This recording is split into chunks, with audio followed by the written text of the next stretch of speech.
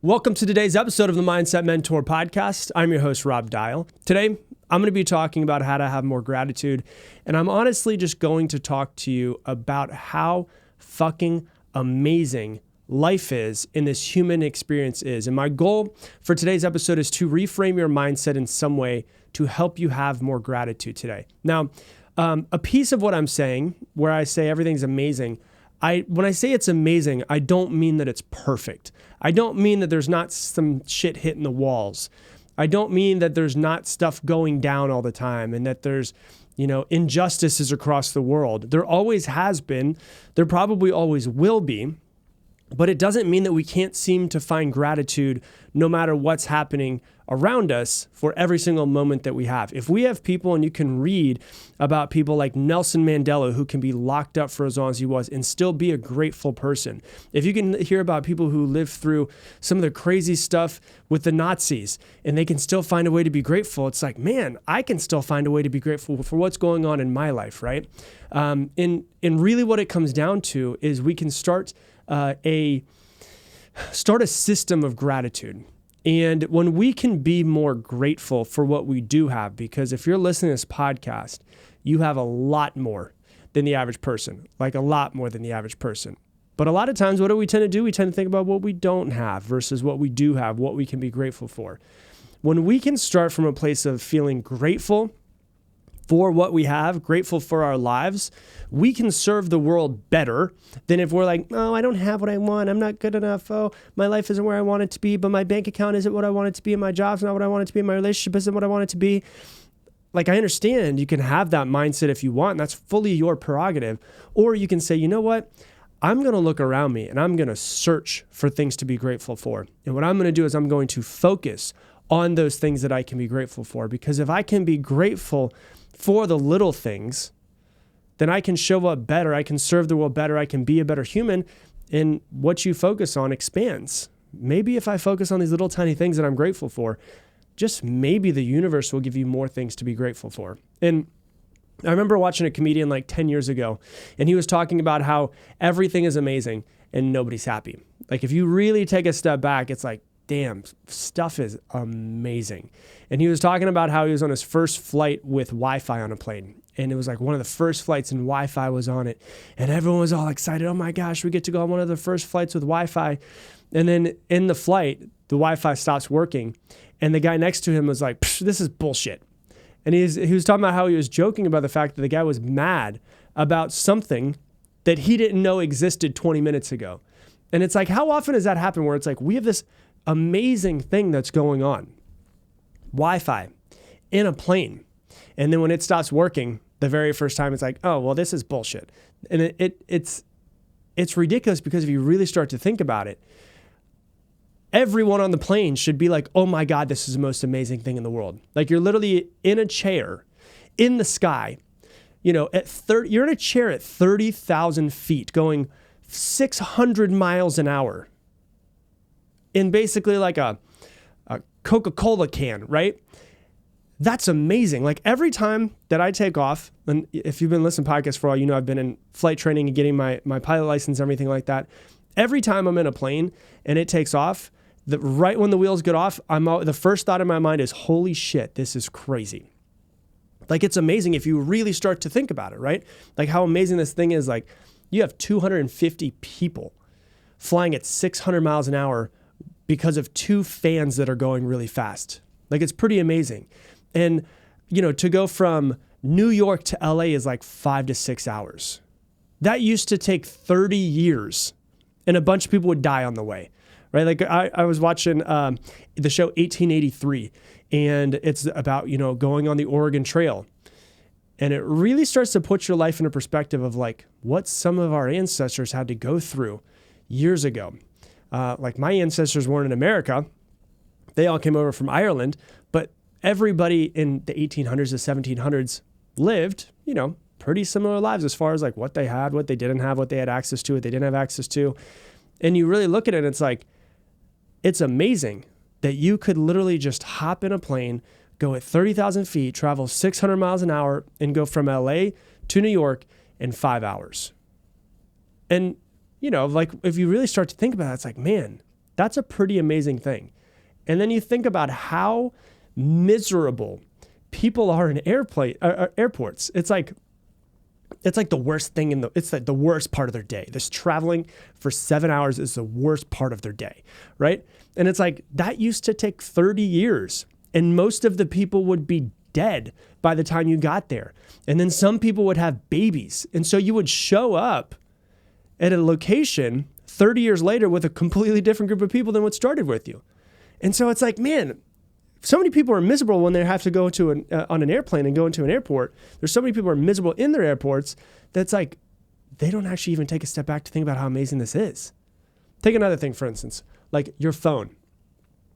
Think about how amazing your phone is, right? Like I came from a time where I didn't have a cell phone until I was 17 years old.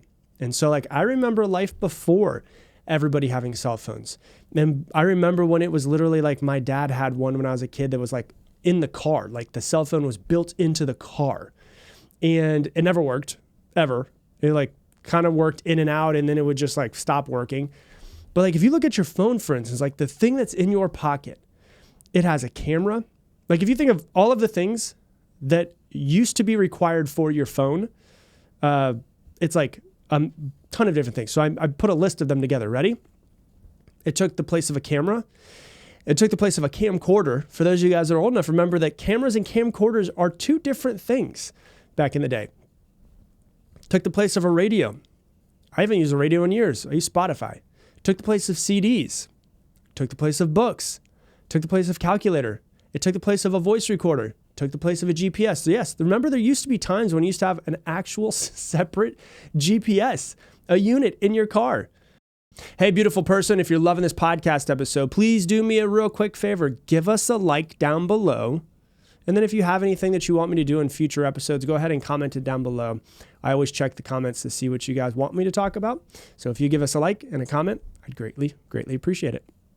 I remember one of my first jobs, I had to have a satellite GPS so I could get around and, travel and make some sales. It takes the place of a flashlight, takes the place of a leveler, takes the place of a scanner. Like the other day I had to scan something and send it, and I literally just used my phone for it. There's a part of me that was like, do I have to drive to FedEx to do this? No, I can just do it from my phone. Takes the place of a compass, takes the place of a video game console. It can take the place of a credit card now, take the place of an alarm clock, take the place of a stopwatch, take the place of a timer, take the place of a calculator, take the place of a calendar, take the place of a notepad, take the place of a photo album. I was watching a video yesterday and there were people on YouTube talking about this guy who had a picture and they're like, what is with this picture? Like, why? That's kind of odd that he would just have this picture out. And they're like, oh, well, I guess when this was recorded, the only way that you could see pictures is by printing them out. And you're like, oh, damn, there was a time when the only time you could see pictures was when they were printed out. It takes the place of new piece of paper. Takes a place, like for me, like I have a guitar tuner on mine for when I want to play guitar. Takes the place of a guitar player. Takes the place of a remote control. You could control your TV from it. Takes the place of, one of my car keys, where you can just get in with the car and it starts working.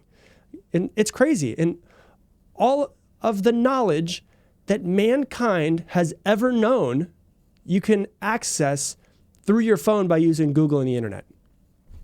It's fucking amazing. It's the most incredible piece of technology that's ever been created. When people always say it's the best thing since sliced bread, people should now say it's the best thing since a cell phone because it's so incredible. But how much do we just forget about how amazing things are? People say, oh my gosh, but phones are still addicting. They're so addicting and there's something wrong with them. Well, if you're addicted to your cell phone, you're letting yourself be addicted to your cell phone. It's a really great servant. It's a terrible master. And you have to decide how and when you want to use it. Really what I'm trying to get to, though, is do you often take yourself out of your own head, look around and go, wow, this is pretty amazing. This is an amazing thing that's going on right now. Like for me, I'm in the studio right now. I'm going to be fully transparent. It's 84 degrees in here because our air conditioning was broken this morning. We had to have the guy come and fix it. He fixed it, and I could be pissed off about how it's 84 degrees right now and be like, well, this is bullshit. I like it to be 72. It's 84 degrees.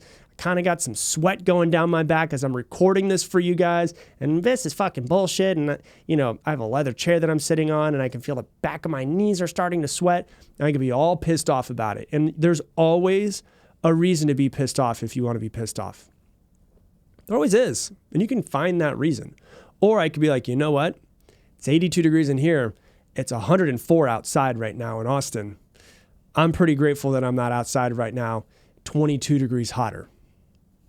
I can choose which one I want to focus on. There's always something to be pissed off about, and there's always something to be grateful for. But the best part about it is you decide the filter. You decide what you want to focus on. And, another thing that just popped up into my head just thinking about the phone as well. Like, we were just in Italy not long ago, and our security camera, we can check on the house when I'm in Italy. I get motion in my front yard and my backyard, and I'm thousands and thousands of miles away. And, there was a Amazon guy that came and dropped something off, and I can talk to him. I can talk to the Amazon guy through my security camera thousands and thousands and thousands of miles away and tell him where to leave a package, the hidden place he can leave a package. That's crazy. And then when my friends come over because they want to take the package and put it inside, I can unlock the door from my phone thousands. Like, it's bonkers how amazing stuff is nowadays. Or you could be like, I just want to be pissed off, right? Text messages, for instance. Text messages, think about that for a second. My grandparents, I could be in Italy and I could send a text message to my best friend here in Austin, and they get it. He gets it immediately. My grandpa's in World War II. They met, and then my grandpa had to go to war, and they used to write letters to each other. Like, my grandmother would write a letter to my grandfather responding to his letter that he got, or that he had sent months before. And she's writing him a letter not knowing if the person that she's writing a letter to is, number one, going to receive it, or number two, if he's even still alive. Now, you can just send a text message and people immediately get it. Like, think of your life. If you really take yourself out of it and think about it, it's amazing. It might be great, it might be good, it might be terrible right now, but it's still amazing. And if you're listening to right now, your quality of life is 100 times better than a king 500 years ago. I say this all the time because I really want to put your life into perspective. If you were a king 500 years ago, with the best possible life that you could have, a king's life 500 years ago is not as good as your life today. That's a pretty crazy thing to think about, isn't it? We have food, water, shelter, clothing, hopefully a couple people that love us. And we're over here like, but I want more. I want faster internet so I could watch YouTube in 4K, right? Like, think about how much, and mind you, I'm not making fun of you. I'm making fun of us because we do this. And there's times when I'm like, the fucking TV's not working. And I'm like, screw you, Rob. Like, I'm thinking this in my head. I'm like, screw you. Who cares? It's not a big deal. Your life is amazing, right? And the way that I like to think about it is that you're very rarely going to be given more than you currently have if you can't be grateful for what you currently have. Think about that for a second. You will very rarely be given more than what you have right now if you can't find a way to be grateful for what you have. I don't believe that God, the universe, whatever it is that you want to believe in, likes to reward. I'm going to be honest with you. I don't think that the God of the universe likes to reward little bitches, right? And if I'm sitting around being a little bitch and I'm whining and complaining, why would I ever be gifted with more? It's like a child that constantly complains.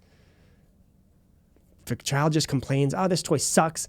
This sucks. I'm mad. I'm pissed. All this stuff. Why would you give another toy to a kid? Same kid? No. Right? We won't be given more until we become really great stewards for what we already have. And so for you have to realize, and for myself included, because every podcast I make is made for you, but also for myself, what we focus on, we'll receive more of. And so we need to focus on what we have, what we can be grateful for. If you choose to focus on what you don't have, if you choose to always look at the negative, if you choose to always try to find problems, you will get more problems. You will find, if you're searching for problems in your life, they're everywhere. No matter how amazing life is, there's always problems. But if you focus on what you're grateful for, you will find more things to be grateful for. And I don't know about you, I would much rather live in a state of gratitude than a state of problems. But the beautiful thing about all of that is that you and I are able to make the decision of which one we want to focus on. It's completely up to us. And that's the beautiful thing about life. So that's what I got for you for today's episode. If you love this episode, please do me a favor. Go ahead and take it, share it on your Instagram stories, and tag me in it, Rob Dial Jr., ROBDIALJR. That helps us spread the word. I love that this podcast has grown to what it is. It's grown to what it is without any big backing behind it, any big companies, any of that type of stuff. There's no, NPR or CBS or any of those multi-billion-dollar companies pushing this thing. It is literally just through grassroots, and that is from you guys sharing it over and over and over again. So if you would share it, I would greatly, greatly appreciate it. And with that, I'm going to leave you the same way I leave you every single episode. Make it your mission to make somebody else's day better. I appreciate you, and I hope that you have an amazing day.